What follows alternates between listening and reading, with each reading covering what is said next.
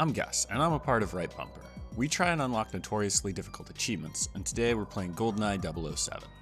This game originally came out in 1997 for the Nintendo 64, and has very recently come to the Xbox, even though it's been ported about a dozen times since then and in better quality. But it's never had achievements before, so who cares about any of them?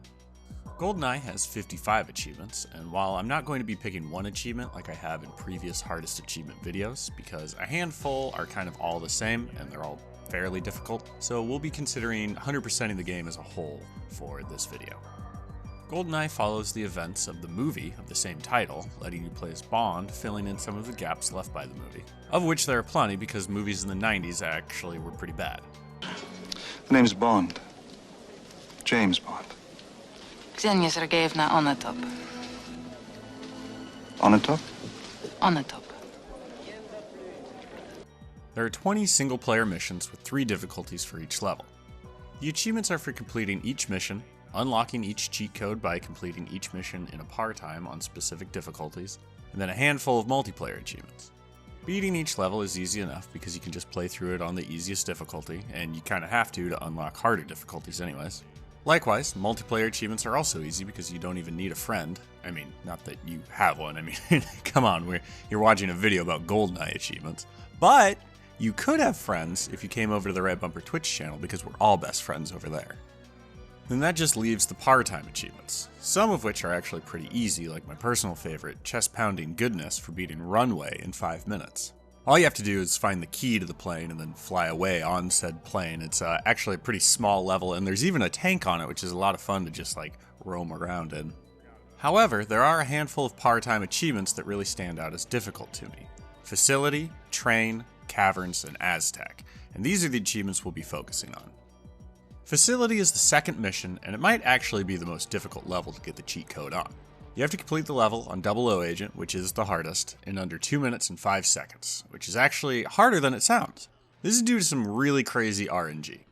You see, in GoldenEye, you have objectives that have to be completed in order to finish the mission. On the easiest difficulty, Agent, it's usually get the thing, go to the end of the level. But on harder difficulties, like 00 Agent, they give you more objectives to complete before you can finish a level, which is actually a really ingenious way to scale difficulty, and I wish we saw more of it these days. So, on Facility, one of the objectives on 00 Agent is to contact the double agent Dr. Doak, who's actually a real-life person and real-life doctor. The good doctor can spawn in a few different locations, and I think 2 of the locations are actually impossible to finish the game in the par time if he spawns there. On top of this, 00 Agent means you take more damage and also pick up less ammo. The ammo thing is less of an issue on this mission, but we'll be coming back to it later. After you meet Sean Bean and destroy the place, you earn I Am Invincible achievement, and it unlocks the Invincibility achievement, which is kinda cool, but they also disable achievements, so I don't know. As far as par times are concerned, you might hit a road bump or two, like statues, streets, archives. These levels are all sort of difficult, but it's not until nearly the end of the game that we run into another really tough level, Train. We have to beat Train on 00 Agent in under 5 minutes and 25 seconds. Now, 5 minutes and 25 seconds is more than enough time, but the real difficulty is just making it to the end of the level. You'd think a level that is just a lot of long, straight hallways filled with enemies that form single-file lines would be easy, but this is where draw distance really starts to fuck us. Draw distance is how far out you can see in a video game, and let me tell you, the bad guys can see a lot further than you can. And I'm not sure what kind of magical fog this train is transporting, but it only seems to affect Bond. It also doesn't help that all the guards near the end of the train take a shot of G Fuel and become harder to kill. So after making it to the back of the train and destroying all the brakes and finding Nat, you then have to wait for her to hack the computer and find the bad guy's location in order to complete all the objectives. The funny thing is, you actually aren't given enough time to complete all these objectives on 00 Agent unless you kill Ivana during the standoff, which just somehow gives you more time for Nat to hack the computer. And this also isn't mentioned anywhere in the game. I've been looking, and if you know something I don't, please send it my way. But as far as I can tell, this is just something you have to do, and you have to have a crystal ball to figure out. Anyways, once you do that, and you beat the par time, you will unlock the Silver Lining achievement, which will give you the Silver PP7 cheat code. Just 3 levels later, and we are on the Caverns level, and we have to beat it on 00 Agent. Are you kind of seeing a pattern here? In 9 minutes and 30 seconds. Unlike the previous par times, like on Facility, where time was the biggest issue, and Train, where just the amount of guards shooting you was the issue, this level is the amount of ammo we get.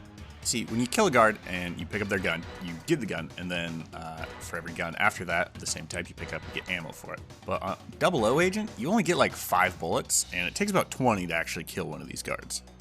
There are also computers you have to destroy, and turrets that don't drop any ammo when you destroy them. We also can't kill too many scientists, and the problem with that is they don't really scare easily. Like, you need to destroy these computers that they're all standing next to, and when you shoot next to them, they don't really get scared. In fact, they just kind of show you this cool TikTok dance they've been working on. And near the end of the mission, there's this room with a bunch of exploding barrels in them, and if you blow it up too early, you fail about 3 different objectives. So you really have to take your time here. Then finally, we're on Aztec. This is the first bonus mission and the second to last level overall. Aztec is actually a really cool level, and you get to dual wield moon lasers on it. But again, guards can all kind of like see into the future and will start firing at you before they can actually see you. There's also a boss on this level, and I'm pretty sure it's one of the Kardashian sisters, who I think might actually be impossible to beat legit, but if you just run up and hug them while also holding the fire button, they really aren't that bad. I just want to say something real quick before we wrap things up. I love this game. This game means a lot to me. In fact, I even cried after I got all the achievements. I share a very common 1997 Christmas experience with a lot of people my age of waking up to a Nintendo 64 and a copy of GoldenEye under the Christmas tree. I would spend hours playing Runway and Depot, just killing as many guards as I could, and it was one of the first games I ever beat. Without GoldenEye, there might not be a right bumper. So thank you, Dad, for convincing Mom to get me a game I was probably too young to be playing. Alright, enough of that. Let's put this on the tier list. 100%ing GoldenEye isn't exactly easy. It has a 1-to-3 achievement ratio on TA. No, I won't explain what that means because I'm pretty sure I don't understand what it means. But it's kind of tough. But there also isn't a standout achievement in it that really takes the cake. So I'm going to give it a B. I got stuck a few times, and we really are being limited by the technology of yesteryear, but it's also nothing that repetition can't solve, and it's also a very enjoyable experience on top of that. If you're looking to add some impressive achievements to kind of like your trophy case, this is like an okay place to start. It's more about the experience overall, but I don't really think you can put a price on having fun while 100%ing a game.